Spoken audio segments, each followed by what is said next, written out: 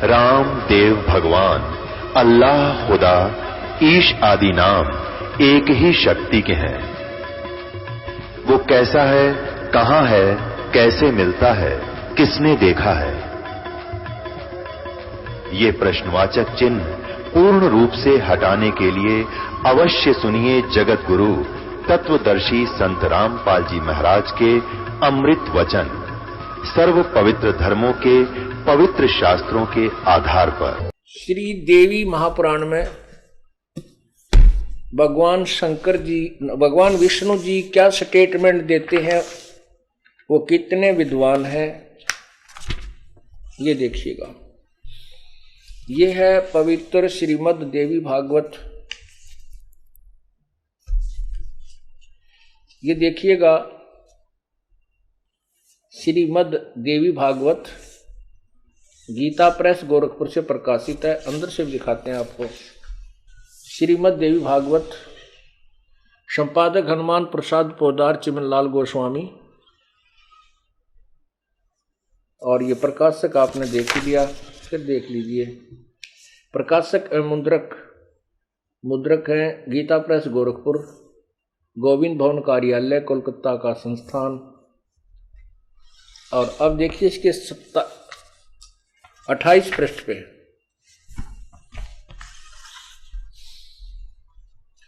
ये है पहला सकंद और अध्याय नंबर 4, पहला सकंद अध्याय नंबर 4, क्योंकि ये 3 यहां समाप्त होता है। 1 से 3 की व्याख्या 27 पर समाप्त हो जाती है, 27 से ही चौथा प्रारंभ हो जाता है। 28 पे हम आपको पढ़कर सुना रहे हैं। 28 पे, ये 28 है।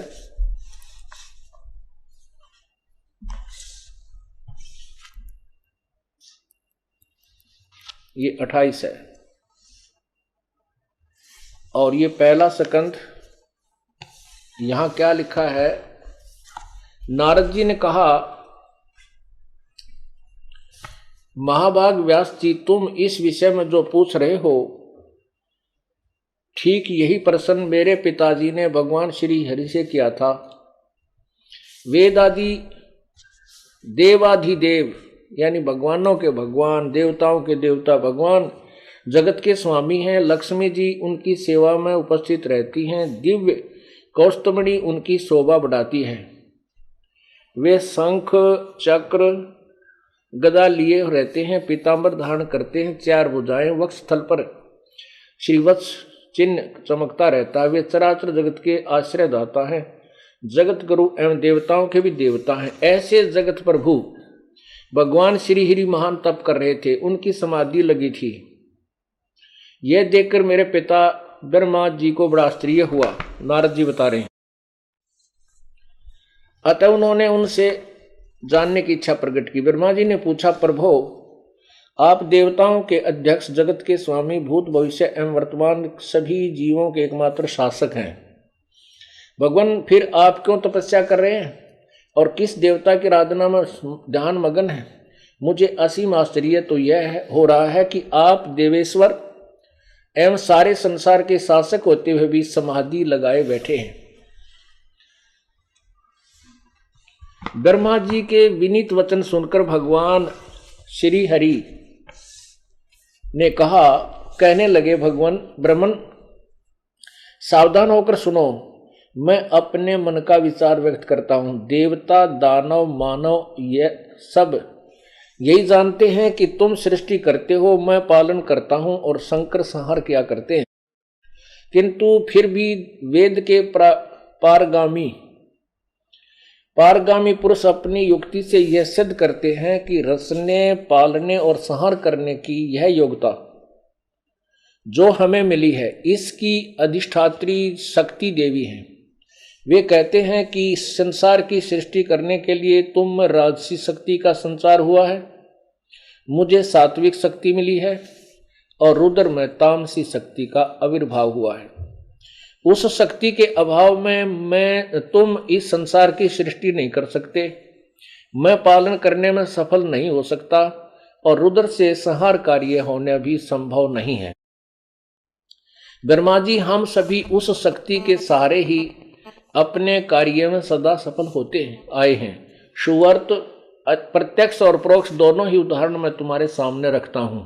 सुनो, यह निश्चित बात है कि उस शक्ति के अधीन होकर ही मैं प्रलय काल में इस शेष नाग की सैया पर सोता और सृष्टि संहार करने के अवसर पर आते ही जाग जाता हूं। मैं सदा तप करने में लगा रहता हूं, उस शक्ति के शासन से कभी मुक्त नहीं रहता। कभी अवसर मिला तो लक्ष्मी के साथ सुख पूर्वक समय बिताने का सौभाग्य प्राप्त होता है। मैं कभी तो दानों के साथ युद्ध करता हूं। अखिल जगत को भय पहुंचाने वाले दैत्यों के विकराल शरीरों को शांत करना मेरा परम कर्तव्य है। अब देखना 29 पृष्ठ पे क्या कह रहे हैं, ये आप पढ़ रहे हो। विष्णु जी कह रहे हैं, मुझे सब प्रकार से शक्ति के अधीन होकर रहना पड़ता है। उन्हीं भगवती शक्ति का मैं निरंतर ध्यान किया करता हूं। ब्रह्मा जी, मेरी जानकारी में इन भगवती शक्ति से बढ़कर दूसरे कोई देवता नहीं है। अब देखो, श्री विष्णु जी के ज्ञान के स्तर की आपको पता लग गया कितने विद्वान है ये कहते हैं दुर्गा तो ऊपर मैं कोई भगवान नहीं मानता, इससे ऊपर कोई भगवान नहीं है मेरे विचार में। अब दुर्गा क्या कहती है ये देखिए। अब दुर्गा क्या कहती है,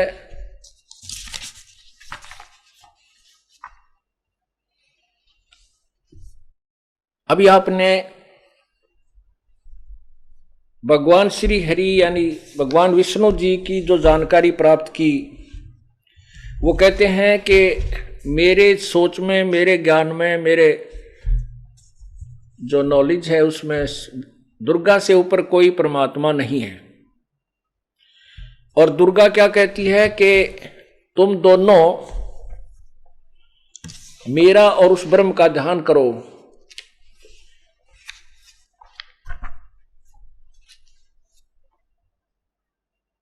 और वो सच्चिदानंद परमात्मा पूर्ण ब्रह्म ही सबका पूज्य है। यानी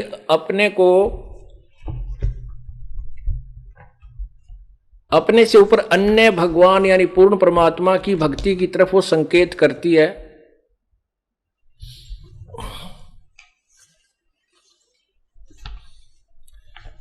यह सकंद 9वां सकंद, यही वो दुर्गा शक्ति 9वां सकंद प्रश्न नंबर 661 पे यहां क्या लिखा है कि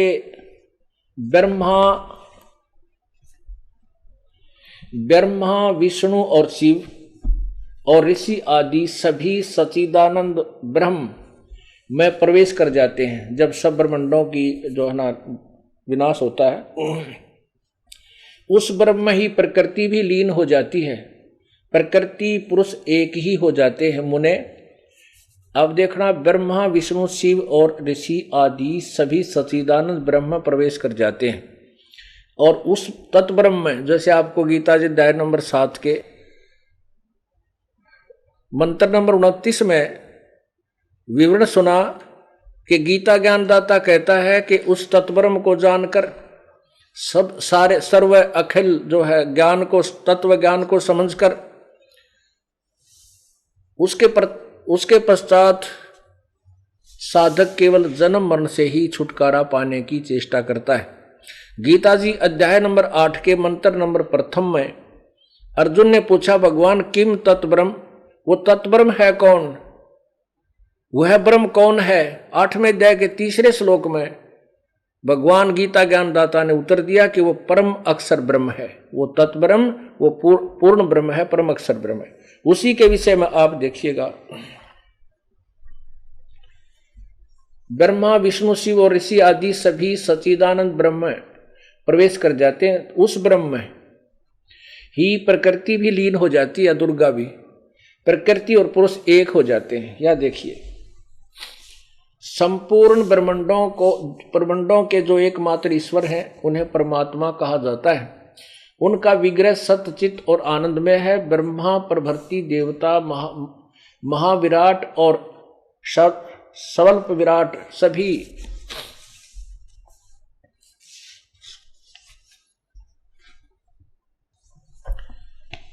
परम प्रभु परमात्मा के अंश हैं। ये जो नीचे के जैसे ब्रह्मा विष्णु महेश और ये काल यानी विराट, ये सारे के सारे उसी परम पिता के उसी के अंश हैं। ये भगवान नहीं है, समर्थ नहीं है। आगे देखो 662 पृष्ठ पे वही 9वां स्कंद है। इस प्रकार सृष्टि के कारणभूत परब्रह्म परमात्मा नित्य सत्य सनातन स्वतंत्र निर्गुण और प्रकृति से परे हैं, दुर्गा से भी आगे हैं। उनकी न कोई लौकिक उपाधि है और न कोई भौतिक आकार है। भक्तों पर अनुग्रह करने के लिए वे सदा प्रस्तुत रहते हैं। उनकी कृपा से ही ज्ञानी बने हुए कमल योनि ब्रह्मा द्वारा ब्रह्मांड की रचना की होती है। शिव को मृत्युंजय और सर्वशक्तिताओं कहा जाता है। वे सर्वेश एवं महान तपस्वी हैं। परब्रह्म को जानकर उनकी तपस्या के प्रभाव से संहार कार्य में सफल होते हैं। यानी विष्णु ब्रह्मा शिव सफल नहीं है, समर्थ नहीं है, ये उस परमात्मा की शक्ति लेकर आगे कार्य करते हैं। उन परब्रह्म के प्रति श्रद्धा रखने तथा उनकी सेवा करने के प्रभाव से ही जगत पालक भगवान विष्णु महान विभूति से संपन्न सर्वज्ञानी सर्वदर्शी सर्वव्यापी सबके रक्षक संपूर्ण शक्ति प्रदान करने में समर्थ तथा सर्वेश्वर हुए। प्रकृति को सर्वशक्ति रूपणी महामाया और सर्वेश्वरी भी कहते हैं। इसका क्या अर्थ हुआ? इसे ये सिद्ध हो गया कि न तो ब्रह्मा समर्थ है, न विष्णु समर्थ है, न शिव जी समर्थ है, और इस ब्रह्मा विष्णु महेश से ऊपर और शक्ति है, इस दुर्गा से भी ऊपर और शक्ति है। दुर्गा अपने ही वचनों में कहती है कि उस परमात्मा की भक्ति करनी चाहिए जो सर्वेश्वर सबका ज्ञानदाता सबका मालिक है। ये है 7वां स्कंद। वही देखिएगा श्रीमद् देवी भागवत, ये 7वां स्कंद और 562 से फिर सुनाते हैं आपको।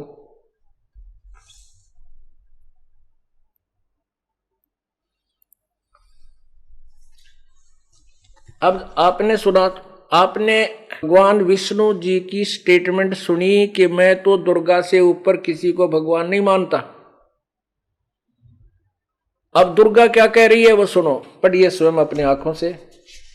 देवी द्वारा हिमालय को ज्ञान उपदेश, या खुद देवी कह रही है। श्री देवी जी कहने लगी, पर्वतराज इस प्रकार योग युक्त होकर मुझ ब्रह्म स्वरूप देवी का ध्यान करे। यह ध्यान आसन पर भली भांति बैठकर अहतुकी भक्ति के साथ करना चाहिए। आगे देखो उस ब्रह्म का क्या स्वरूप है। अब देखो ये सभी उवाबाई का ज्ञान देते हैं, जीव को भ्रमित करते हैं। दुर्गा पहले तो कह रही है कि मेरा ध्यान करो, अब कहती है उस परमात्मा के बारे में बताती हूं जो सर्वशक्तिमान है, सबका पालक है, वही पूजा के योग्य है। ये देखो उस ब्रह्म का क्या स्वरूप है यह बतलाया जाता है, जो प्रकाश स्वरूप सबके अत्यंत समीप में स्थित हृदय रूप गुहा में स्थित होने के कारण गुहाचर नाम से प्रसिद्ध और महान पद अर्थात परम प्राप्य है। वह समस्त प्रजा के ज्ञान से परे है। अब देखो क्या कह रही है दुर्गा कि वो परमात्मा तो सबके ज्ञान से पार है, अर्थात उसके विषय में कोई नहीं जानता। अब देखो आगे क्या बताते हैं, अर्थात किसी की बुद्धि में आने वाला नहीं है, यह तुम जानो। जो परम प्रकाश रूप है, जो सूक्ष्म से अत्यंत सूक्ष्म है, जिसमें संपूर्ण लोक और उन लोकों में निवास करने वाले प्राणी स्थित हैं, वह अक्षर ब्रह्म है, अविनाशी ब्रह्म है, और वही सबके प्राण है, वही सबकी वाणी है और वही सबके मन है। वह यह परम सत्य और अमृत अविनाशी तत्व है। सौम्य वेदने योग्य लक्ष्य का तुम वेदन करो। ओहो सौम्य उस वेदने योग्य लक्ष्य का तुम वेदन करो, मन लगाकर उसमें तन्मय हो जाओ। सौम्य उपनिषदों में कथित महान अस्त्र रूप धनुष लेकर उस पर उपासना द्वारा तीक्ष्ण किया जाए हुआ बाण साधना करो, संधान करो, और फिर भगवान भावना गुप्त चित्त से के द्वारा उस बाण को खींचकर उस अक्षर रूप ब्रह्म को ही लक्ष्य बात बनाकर वेधन करो। परवण ओम धनुष है, जीवात्मा बाण है और ब्रह्म को उसका लक्ष्य कहा जाता है। अब ये सभी तत्व ज्ञान से अपरिचित हैं और परमात्मा पूर्ण ब्रह्म ने आकर के पहले ब्रह्मा को, फिर विष्णु को, शिव को इनको समझाने की चेष्टा की। इन्होंने कुछ तो वो ज्ञान परमात्मा वाला ठीक सा मान लिया और उसी का फिर आगे प्रचार चलता रहा। अब देवी क्या कह रही है, ये क्या कहते हैं कि वो परमात्मा जो और है, सबकी बुद्धि से परे है, वो अक्षर ब्रह्म, अक्षर माने अविनाशी, वो अक्षर ब्रह्म, तो उसका ही वेधन करो। वेधन माने उसी को लक्ष्य मानकर प्राप्त करने की चेष्टा करो। उसके लिए ओम मंत्र है। ओम मंत्र तो उसका धनुष है, जीवात्मा बाण है और ब्रह्म को उसका लक्ष्य कहा जाता है। लक्ष्य यानी उसका उद्देश्य। आगे देखो, वह एकमात्र परमात्मा को, उस एकमात्र परमात्मा को ही जानो, दूसरी सब बात छोड़ दे। यानी अपनी पूजा भी कहती है छोड़ दो, केवल सब प्रकार से उसी परमात्मा को जानो। यही अमृत रूप परमात्मा के पास पहुंचने वाला पुल है। संसार समुद्र से पार होकर अमृत रूप परमात्मा को प्राप्त करने का यही सुलभ साधन है। जिस प्रकार रथ के चक्कर में आरे लगे होते हैं, उसी प्रकार शरीर की संपूर्ण नाड़ियां हृदय में एकत्रित स्थित हैं। उस हृदय में ही विविध रूपों में प्रकट होने वाला परब्रह्म संचरण करता है, अंतर्यामी रूप से वर्तमान है। इस आत्मा का ओम के जाप के साथ ध्यान करो। इससे अज्ञान में अंधकार से सर्वथा परे और संसार समुद्र से पार जो ब्रह्म है उसको पा जाओगे, तुम्हारा कल्याण हो। अभी 363 पर क्या कह रहा है, ये 363 ही चल रहा है जो अभी हम पढ़ते आ रहे। यह सबका आत्मा ब्रह्मलोक रूप दिव्य आकाश में स्थित है, यानी एक देशीय है, ब्रह्मलोक में रहता है।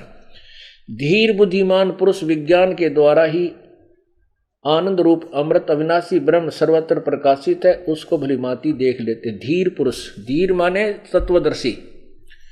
अब जैसे आपने यजुर्वेद अध्याय नंबर 40 के मंत्र 10 और 13 में धीरा नाम माने तत्वदर्शी संत ही उस परमात्मा के विषय में जानते हैं। तो ये भी अपने से आगे बता रही है, कोई और तत्वदर्शी संत ही उसको जानते हैं, वही उसको देख सकते हैं और वो परमात्मा। अब इनका खिचड़ी ज्ञान है। हमने जो कंसेप्ट क्लियर करना था वो ये है कि ना ब्रह्म माने ज्ञान, ना विष्णु को, ना शिव जी को। विष्णु जी कह रहे हैं कि मैं दुर्गा की पूजा करता हूं, इससे आगे भगवान नहीं मानता। दुर्गा कह रही है कि वो परमात्मा कोई और है, वही पूजा के योग्य है, वही सारी जीवों का आधार है। उसकी जैसा उसने अपनी सोच है कि उसका ओम नाम जाप करो, उसी का ध्यान करो, वो ब्रह्मलोक में रहता, वही पूर्ण परमात्मा है। अब इन्होंने तो जीव को गुमराह करने का एक पूर्ण रूप से जाल फैला रखा है। और ये दुर्गा जो है काल के भय से सत्य नहीं बता सकती,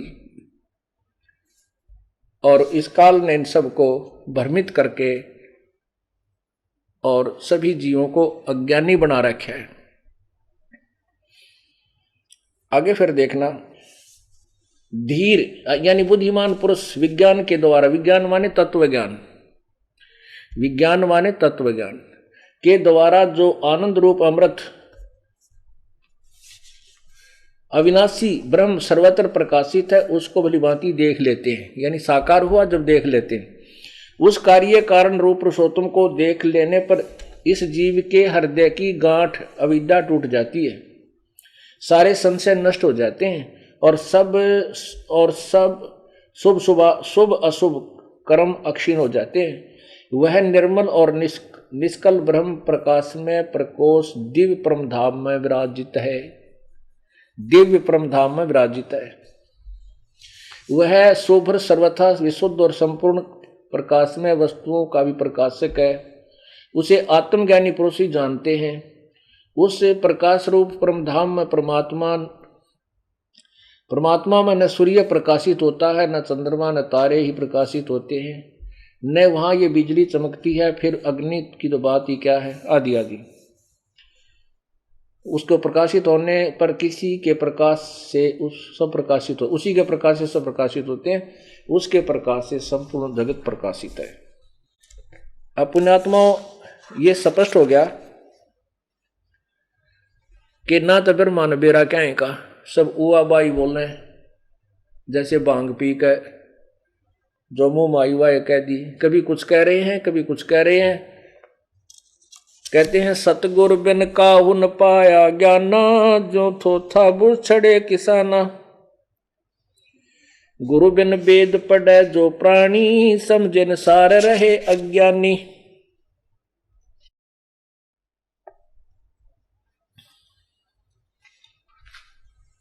अब गुरु कौन है? तत्वदर्शी संत को गुरु कहते हैं, सतगुरु। वैसे तो गुरु शब्द बहुत है। गुरु का अर्थ होता है ज्ञान प्रदान करने वाला, अंधेरे से उजाले की ओर ले जाने वाला, टीचर। लेकिन सतगुरु इसलिए कहना पड़ा क्योंकि झूठे गुरु गणे हो गए, इसलिए सच्चा गुरु कहना पड़ा, बोलना पड़ा। यही पवित्र सदग्रंथ हैं। इनको चारों वेदों को, पवित्र गीता जी को, पवित्र चारों वेदों को और पवित्र 18 पुराणों को लिपिबद्ध किए लगभग 5500 वर्ष हो गए। और आज तक हिंदू समाज जो इनके विषय में अपना दावा करता है, हिंदू समाज, पवित्र हिंदू धर्म के अनुयायियों को अपने सदग्रंथों का कै खे का ज्ञान नहीं है। ये दास इसीलिए चिंतित हुआ कि हे भगवान, हमारे सदग्रंथ क्या बता रहे हैं, और ये लोक वेद दंत कथा सुनाने वाले मैं ऋषि पाकरे, ये तत्वदर्शी संत कवावें और गुरु बने बैठे जगत गुरु लिखवावें, इन तो बट्ठा बैठा दिया। अब सभी समाज शिक्षित है, छोटे से लेकर बड़े तक, बहन बेटी भाई बुजुर्ग सभी अक्षर ज्ञान युक्त है। और सदग्रंथ हमारे पास है, अनुवाद इन्होंने करी रखा है और कितने ने गोल मोल कर रखा है, वो हमारे तत्वदर्शी तत्व ज्ञान से वो स्पष्ट हो जाता है। उसके आधार से हम फिर दोबारा इसका अनुवाद करते हैं तो वो यथार्थ हो जाता है। हमारे सदग्रंथ मूल संस्कृत में है, वो मूल ज्ञान सही है। अनुवादकर्ताओं ने थोड़ा बहुत खिचड़ा मिला दिया इसमें, उसको हम साफ कर लेते हैं अपने तत्व ज्ञान से तुलना करके। अब प्रसंग चल रहा है कि जब से ये आत्मा परमात्मा से बिछुड़ी है, उसी दिन से उसकी टोम या फेर लग गई। क्योंकि जो सुख ये सतलोक में देख चुकी है, वो यहां नहीं मिल रहा इसको। ना स्वर्ग में मिला, ना महास्वर्ग में मिला, ना पुत्रों में मिला, ना पुत्री में मिला, ना संपत्ति में मिला, ना कार में, ना कोठी, ना फैक्ट्री में, कितना सुख नाम की चीज नहीं, ना राज्य में मिला। स्वर्ग का राजा भी बन गया तो भी सुखी नहीं, क्योंकि वो सुख तो सतलोक के अंदर है, जहां हम रहा करते थे। और हम अपनी नालायकी के कारण, अपनी अज्ञानता मूर्खता के कारण हम इस काल के जाल में फंस गए।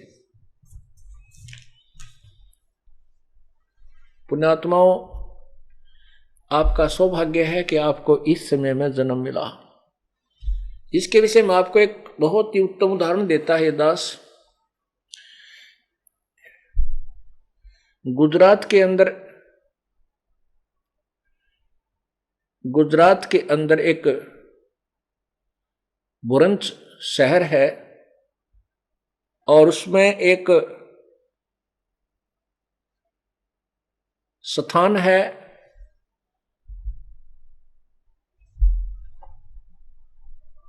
वहां पर उसे शुक्ल तीर्थ बोलते थे उस समय में। वहां पर 2 ब्राह्मण भाई रहते थे। उस समय वो एक टापू था, आज भी एक टापू है। उस समय उसमें 30-40 घर थे, यानी झोपड़ियां थी, मकान थे। आज से 550 वर्ष पूर्व की बात है। छोटे छोटे गांव हुआ करते थे। शुक्ल तीर्थ नाम का एक गांव था। उसमें 2 ब्राह्मण भाई रहते थे, एक जीवा एक तत्वा। उसको दत्ता भी बोलते हैं, जीवा दत्ता तत्वा।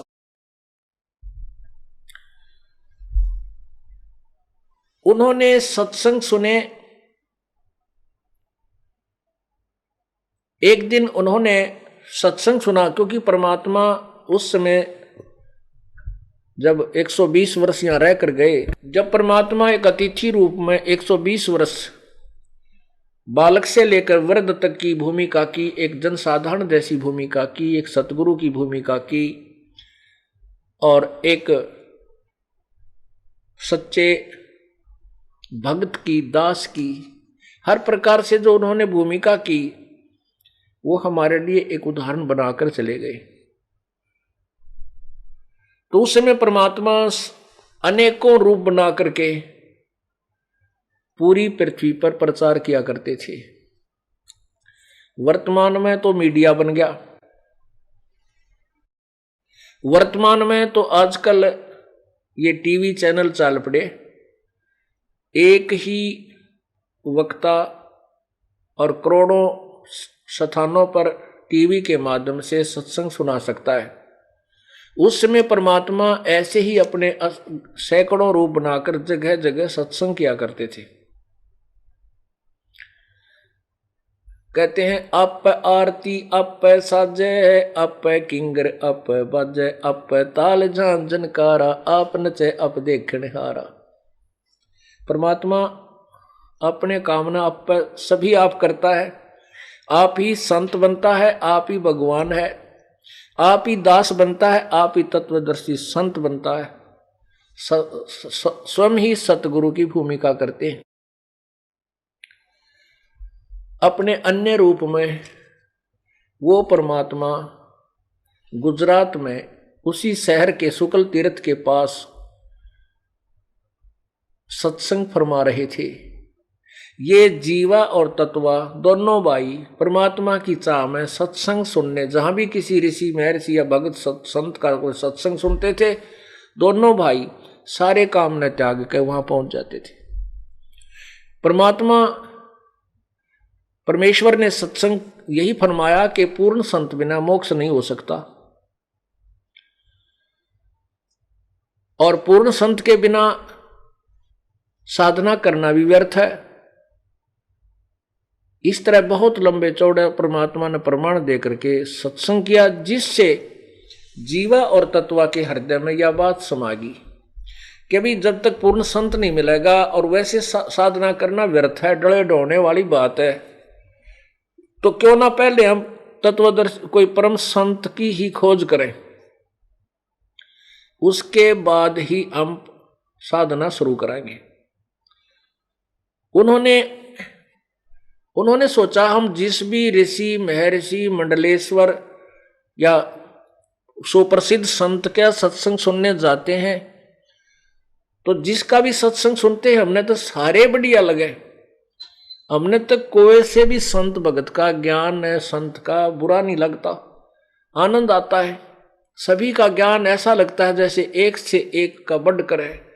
अब ये निर्णय कैसे करें भाई कौन सा पूरा है और कौन सा पूरा को नहीं। अब वो भोले भाले थे, उन्होंने के फैसला कर लिया। जीवा बोला कि भाई एक बात समझवाओ मेरा था क्या। एक सूखे वट वृक्ष की बड़ के पेड़ की एक सूखी डाली थी टहनी, वह अपने आंगन में गाड़ दी। जैसे पौधा लगा कर ऐसे गड्ढा खोद कर और उसमें वह सूखी टहनी बड़ की वट वृक्ष की सूखी टहनी गाड़ दी जैसे पौधा लगा कर। और कहने लगा, जीवा बोला भाई एक काम करते हैं, हमारा तेनों समझ में आता नहीं किसका ज्ञान खरा है किसका खरा को नहीं, कौन संत पूरा है कौन अधूरा है। भाई जिसके हम संतों के गुरुओं के पैर धोएंगे, हमारे घर पर बुलावांगे, आदर से सत्संग करवावांगे और सत्संग सुनकर उसके बाद उनका चरण धो करके इस टहनी में डालेंगे। यदि ये टहनी हरी होगी तो पूरा संत मानांगे, नहीं तब हम नाम लिया को नहीं। चाहे इससे अच्छा तो ना भक्ति करें, वो बढ़िया। उन्होंने पहले तो आसपास जितने भी कोई संत भक्त मिलते जो सत्संग करने वाले, उनको प्रार्थना करते, अपने घर सत्संग करवाते, उनका ज्ञान विचार सुनते, फिर चरण धो करके उस टहनी में, उस गड्ढे में डाल देते जिसमें सूखी लकड़ी गाड़ रखी थी। जब उन्होंने देखा कि इनसे कुछ नहीं बात बन रही, फिर सुना उन्होंने कि वहां एक बहुत बड़े मंडलेश्वर रहते हैं, एक बड़े सिद्ध पुरुष रहते हैं। कोई गुफा में बताए, कोई तो धूने पर तप रहे हैं, वो बताए कहीं उल्टा खड़े हैं, कोई जल में खड़े हैं। फिर वो दोनों भाई उनके पास गए, पहुंचे उन महापुरुषों के पास। उन्होंने घर पे आने से तो इनकार कर दिया। फिर उन्होंने प्रार्थना की, प्रभु आपके दास आपके चरणों की रज पान करना चाहते हैं, कृपा चरणामृत देने की कृपा करें। संत दयालु भी होते हैं, उन्हें कहा ले भाई ले लो। उन्होंने अपने चरण, उनके चरण धो लिए और डोली में गाल लिए, डाल कर घर ने ले आए, उसमें डाला, नो रिजल्ट। उन्होंने सभी जितने भी जहां भी जिसने बताया वहां पहुंचे, उनका चरणामृत ले आए और टहनी में डाल दिया, लेकिन वह लकड़ी गलन लागी, अरे तो कहां होनी थी। अब उन दोनों भाइयों ने फैसला कर लिया कि इस पृथ्वी पर कोई संत नहीं है, और हमने उस संत की बात 100% सही लगी। हमने वो संत के विचार सुने थे कि पूर्ण संत बिना भक्ति करने का कोई यूज नहीं, कोई लाभ नहीं। और भाई वो संत हमने कुछ लागे नहीं था, वो एक साधारण सा भगत दिखाई दे था। उसमें तो मुझे ज्ञान तो उसने ठीक बताया, पर वो भाई भक्ति का अंश उसमें मुझे दिखा नहीं। उन दोनों भाइयों ने आप पर फैसला किया, क्योंकि हमारा जो दृष्टिकोण है भगत और संत, हम उसको मानते हैं साधक जिसने कहते बड़ी बड़ी जटा बढ़ा रखी हो, सिर पर बड़ी बड़ी जटा हो, दाढ़ी बढ़ रही हो, गल में माला डाल रखी हो, धूना पर बैठा हो, कि खड़ा हो, तपस्या कर रहा हो, कह दूध पीता हो, रोटी ना खाता हो, यानी डले ढोंता हो ना, वो अच्छा लगा हमने। कह मुंड मुंडा रखा हो, कति घोटम घोट करके न तिलक ला रखे हो मस्तिष्क में, तो हम उनको संत माने थे। और परमात्मा अपने सिंपल ड्रेस में रहा करते, जिस क्षेत्र की जैसी वेशभूषा होती वहां वैसी ही बना करके प्रकट हो जाते थे।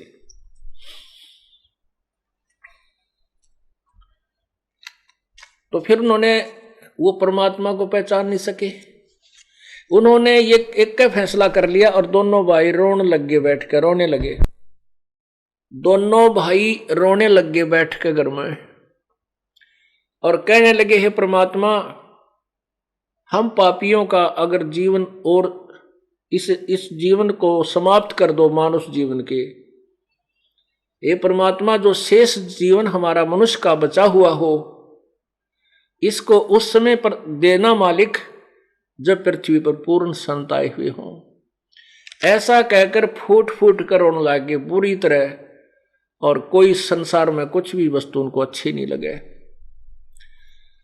बार बार यही प्रार्थना करते हैं, परमात्मा ये मनुष्य जीवन व्यर्थ है, हे भगवान ये अनमोल पूंजी जाने लग रही है, संत परम मिले नहीं और ये मोक्ष हो नहीं सकता।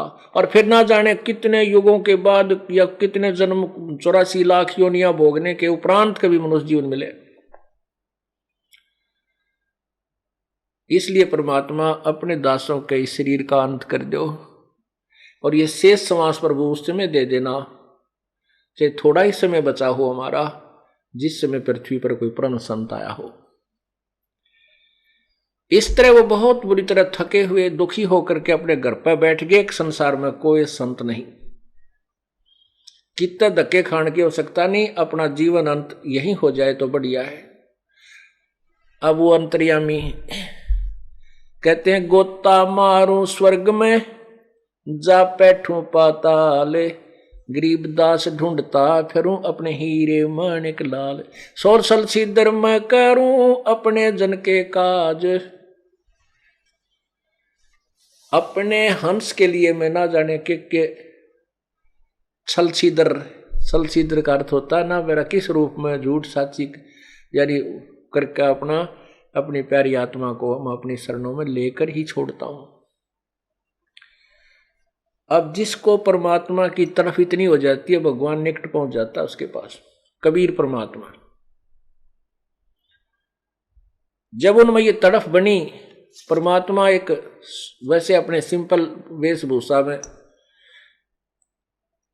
और दाढ़ी बढ़ा रखी थी प्रभु ने, ऊपर टोपी पहन रखी। अब परमात्मा कबीर परमेश्वर जी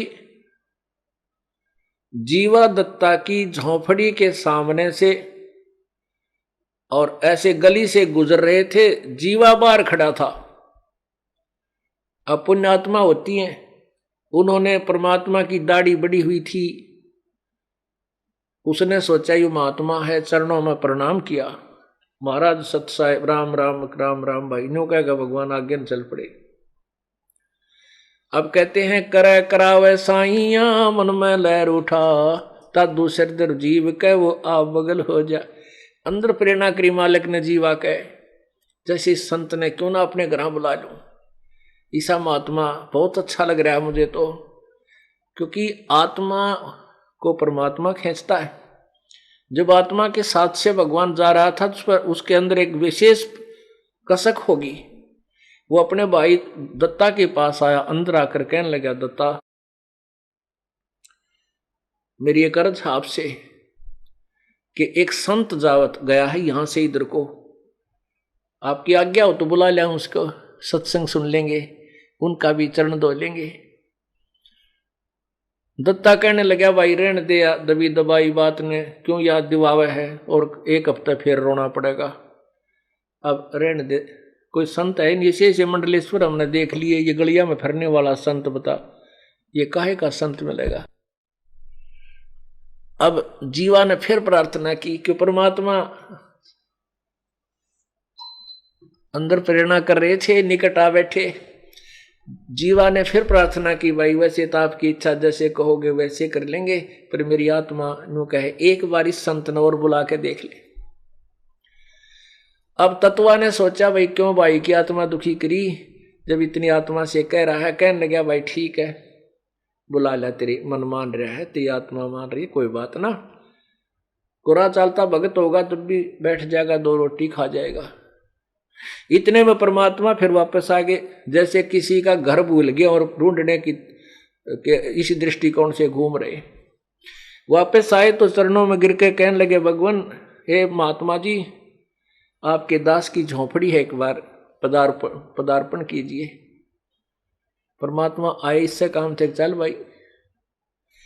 अंदर पहुंच गए, एक बैठना यानी मुड्डा बिछा दिया, दोनों भाई बैठ गए।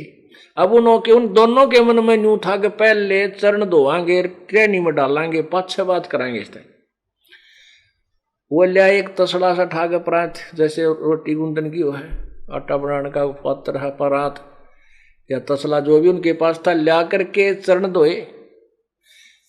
वो दत्ता कहने लगा जीवा संतों के चरणामृत को भाई कितने गली में मत फेंकना, गमले में डाल दिए, वहां उनका संकेत था पहले से। अब जीवा ले जाकर के आंगन में दूसरी तरफ वो ऐसे चरणामृत उस गड्ढे में डाला था जिसमें सूखी टहनी खड़ी थी वट वृक्ष की। वो डालते डालते ही वो हरी होगी, कोपल फूट आई।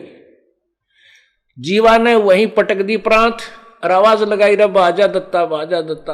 भाग के आ, क्या हो गया?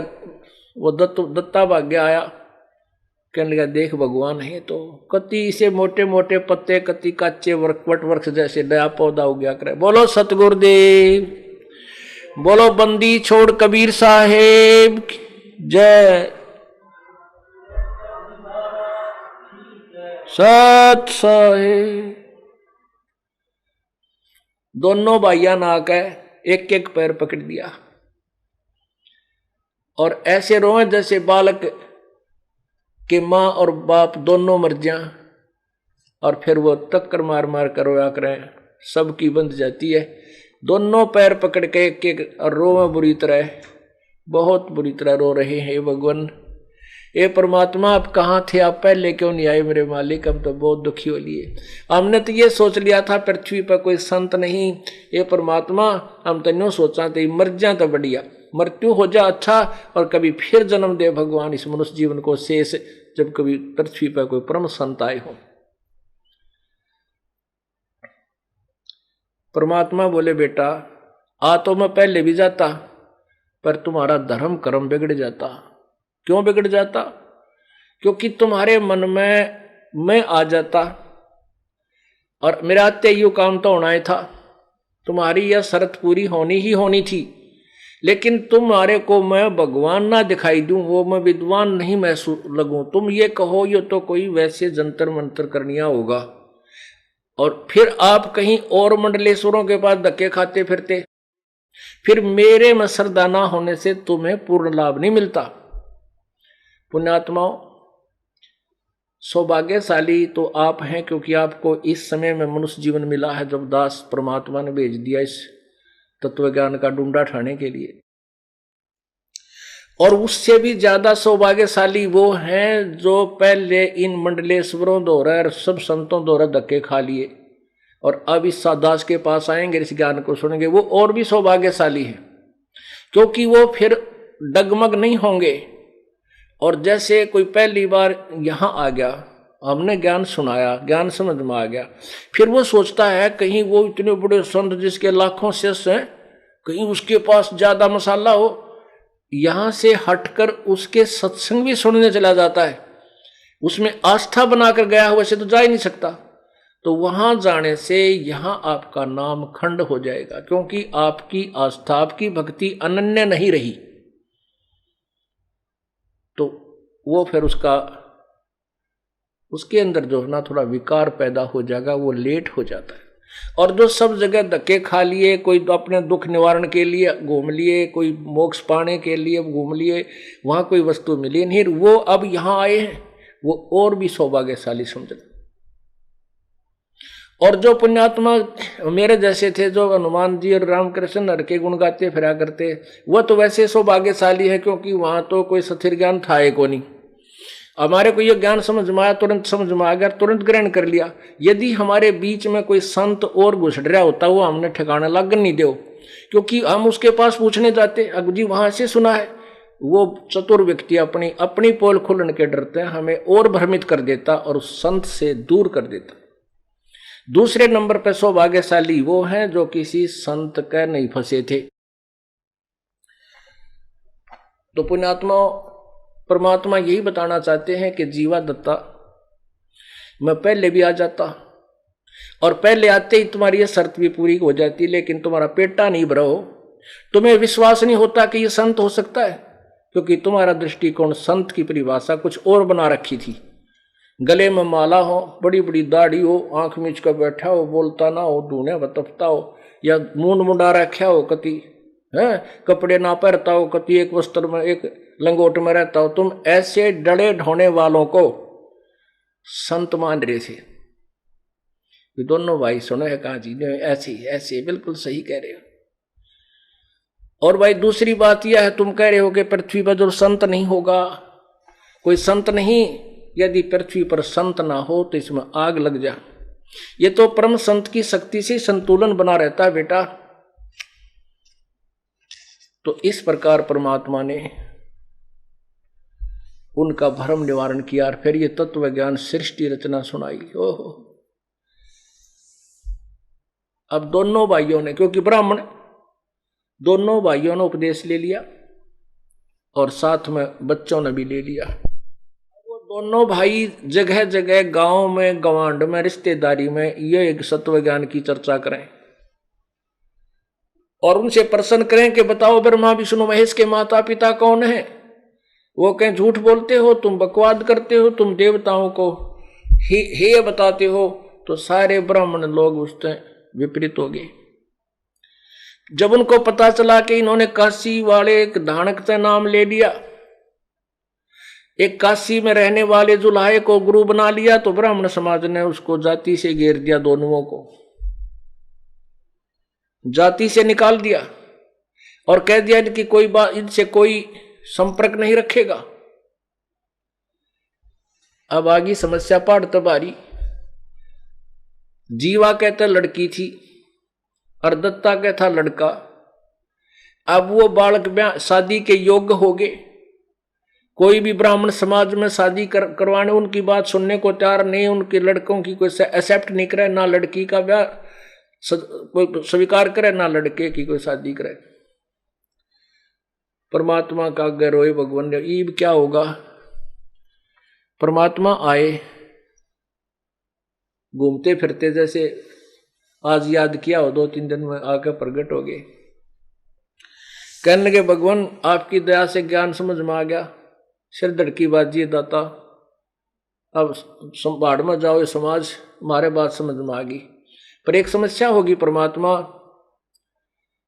मेरा तो एक लड़का एक लड़की, भाई का लड़का है, मेरा लड़की है। जीवा कहने लगा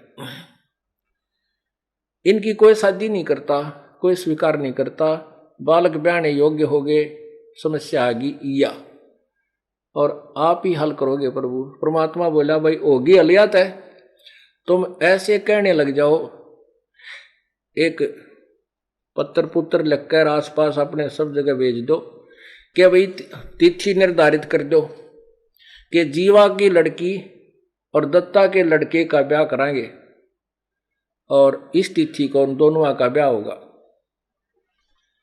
अब उन ब्राह्मण लोगों ने पता लग गया भैया तो इज्जत का नाश होगा, बड़ी बात बिगड़ी। फिर उनकी मीटिंग हुई ब्राह्मण उसका शुक्ल तीर्थ के ब्राह्मणों की। वो कहने लगे भाई गलती उन दोनों ने कर रखी है, जीवा और दत्ता ने, बड़का का के दोष है भाई, उन लड़कियां नाम ब्याह होंगे, बच्चा ने किया है, ये तो नाश हो जाएगा इज्जत का, बता कति बाण भाई का ब्याह हो गया। तो पंचायत आई ने बोला जीवा दत्ता ये बालक तुम्हारे नहीं हमारे हैं और इनकी शादी हम करेंगे, और खबरदार जब तुमने इज्जत का नाश कराया है। दोनों बैठे रहे, जय हो बंदी छोड़ की, आप पे सिर दर्द हट गया। वो लड़के लड़की ने ले गए, अच्छी तरह उनका ब्याह कर दिया। जब परमात्मा ने कहा, परमात्मा से कहा परमात्मा अपना तो हिंग भी ना लागने दी ना फटकड़ी, ब्याह भी अगल्यान कर दिया। तो वो सारी समस्या परमात्मा के कहते हैं, द्वार धनी के पड़ा रहे, धक्के धनी के खा, 100 काल जकजोल ही पर द्वार छोड़ नहीं जा। परमात्मा आप ही फिर रास्ता निकालते हैं।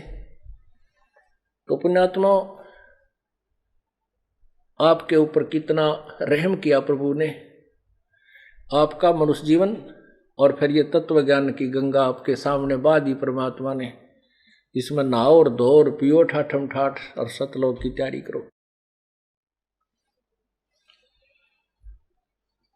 परमात्मा क्या बताते थे।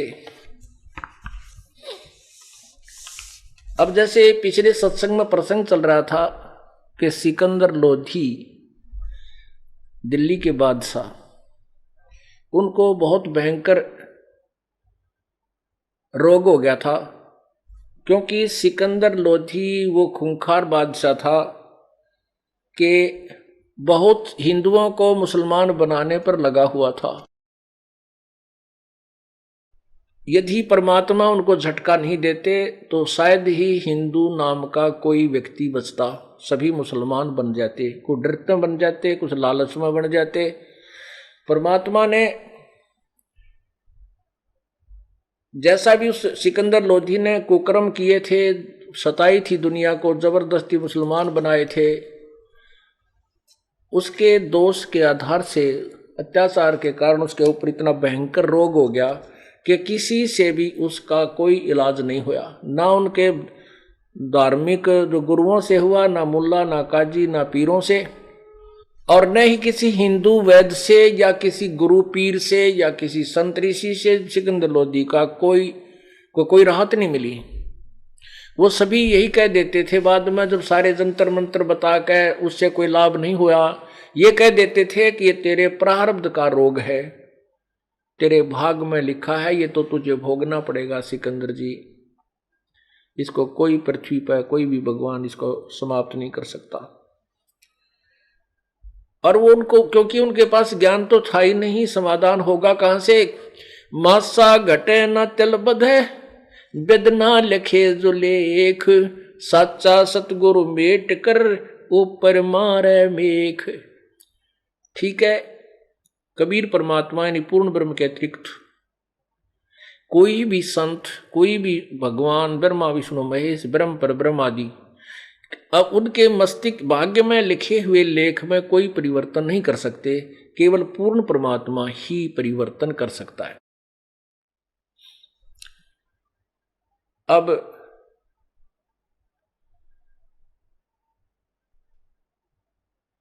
सिकंदर लोधी का रोग कहीं भी समाप्त नहीं हुआ। आपको पीछे सुनाया था कि कबीर परमात्मा के सप्रस मात्रते, सिर पे हाथ रखने मात्र से उसका रोग ऐसा हो गया, इतना स्वस्थ हो गए वो कि जैसे बीमारी थी ही नहीं। पुण्यात्माओं, जिसका लागे सो तन जाने, जिसका बीमारी और फिर स्वस्थ हो, उसके हृदय में जो श्रद्धा उस व्यक्ति के प्रति बनती है, वो स्वयं जानता है कि आज मेरा नाश हो जाना था, मेरा समय रो कर बिताना था, आज मैं स्वस्थ कर दिया। तो उसके प्रति जो उसकी आस्था और श्रद्धा और भाव और प्रेम बनता है, वो एक भिन्न होता है, सबसे भिन्न होता है। फिर परमात्मा ने, कबीर परमेश्वर ने उस सिकंदर लोधी के सामने एक और अनहोनी की। सिकंदर लोधी ने स्वामी रामानंद जी, महर्षि रामानंद जी की गर्दन काट दी थी और परमात्मा ने उसके सामने जीवित करके खड़ा कर दिया था, जीवित कर दिए थे। सिकंदर लोधी के साथ बनारस में, यानी दिल्ली से गए थे वो, उसके साथ उनका एक धार्मिक पीर शेख तकी भी साथ था। लेकिन शेख तकी स्वामी रामानंद जी के आश्रम में नहीं गया था, वो रेस्ट हाउस में ही रह गया था, ये कह करके कि मैं उन काफिरों के आश्रमों में नहीं जाता, सिकंदर आप जाइए। अब सिकंदर का तो फांसी गल रही थी, सिकंदर लोधी को तो बहुत भयंकर रोग था और मरता क्या नहीं करता। वो चला गया, ठीक है पीर जी आप विश्राम करो, मैं परमात्मा कबीर जी से आशीर्वाद प्राप्त करने जा रहा हूं। अब सिकंदर लोधी स्वस्थ हो गए, उसके सामने रामानंद जी को जीवित कर दिया कबीर भगवान ने। रामानंद जी के जब उन्होंने कत्ल किया, उनका गर्दन काटी सिकंदर लोधी ने रामानंद जी की, तो उनके शरीर से दो धारा निकली थी, एक खून की एक दूध की। तब उन्होंने कबीर साहब से प्रार्थना की थी रामानंद जी ने कि हे, जब वो जीवित हो गए थे, कि हे प्रभु मेरे शरीर से ये दूध और लहू, ये रक्त कैसे निकला? तो दूध ही निकलना था चाहिए था, या रक्त, दूध भी नहीं हो सकता, रक्त ही निकलना चाहिए था, ये दूध किस लिए निकला? तब परमात्मा ने कहा था कि एक अच्छे सुयोग्य शिष्य की भूमिका, एक दास की भूमिका भी परमात्मा स्वयं ही करके दिखाने हमें आए थे कि ऐसे अपने गुरु के सामने ऐसी भाषा का प्रयोग करना चाहिए। उन्होंने कहा कि हे स्वामी जी, हे गुरुदेव, आप तो अंतर्यामी हैं, जानी जान है, आप सब जानते हो, आप तो इस दास के मुख से कहलवाना चाहते हो। तब उन्होंने बताया था कि स्वामी जी, अभी तक पहले तो आप अन्य जाति वालों को हे समझते थे, ब्राह्मण वर्ग को ऊंच मानते थे, बाकी जाति वालों को आप न्यून मानते थे। वो तो आपने दया कर दी, इस दास को शरण में ले लिया, और रविदास जी और उस समय तक कई, जैसे पीपा जी राजपूत था राजा, वो भी शरण में आ गया था, ऐसे कई ले लिए थे।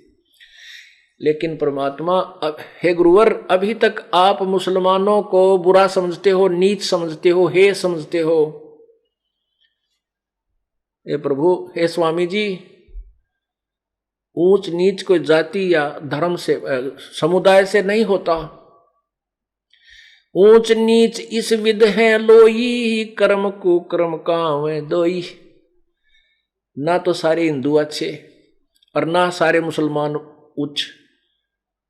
जो बुरे हैं वो मुसलमानों में भी बुरे हैं, जो अच्छे हैं वो मुसलमानों में भी नेक बहुत है, और जो बुरे हैं वो हिंदुओं में भी निरे हैं, और अच्छे भी हैं वो हिंदुओं में भी बहुत कम नहीं है। ब्राह्मण भी इतने नीच हैं कि कसाई भी ना हो सकता, और केवल जाति या मजहब से जीव ऊंचा नहीं होता, उसके कर्म ऊंचे और नीचे होते हैं। जब तक आप बैर भाव से दूर नहीं होगे, राग द्वेष आपके अंदर से नहीं खत्म होगा, तब तक आप मोक्ष अधिकारी नहीं हो सकते। इसलिए आपके शरीर आप आधे सुपात्र हुए हो, पूर्ण सुपात्र नहीं हुए हो।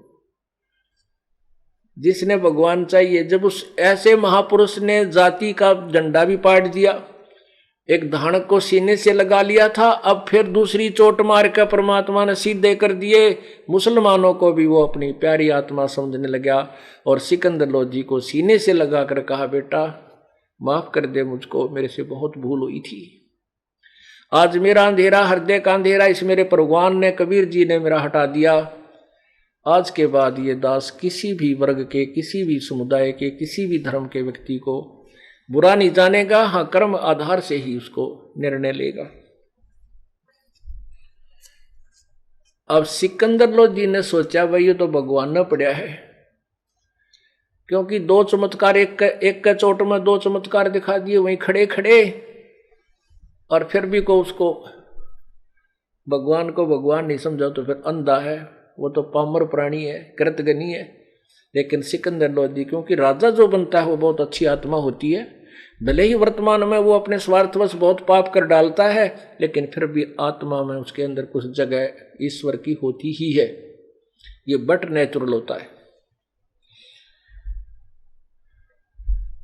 सिकंदर लोधी ने सोचा, सबसे ज्यादा झगड़ा हमारा हिंदू और मुसलमान का हो रहा है, और इस परमात्मा को मैं दिल्ली ले चलूं,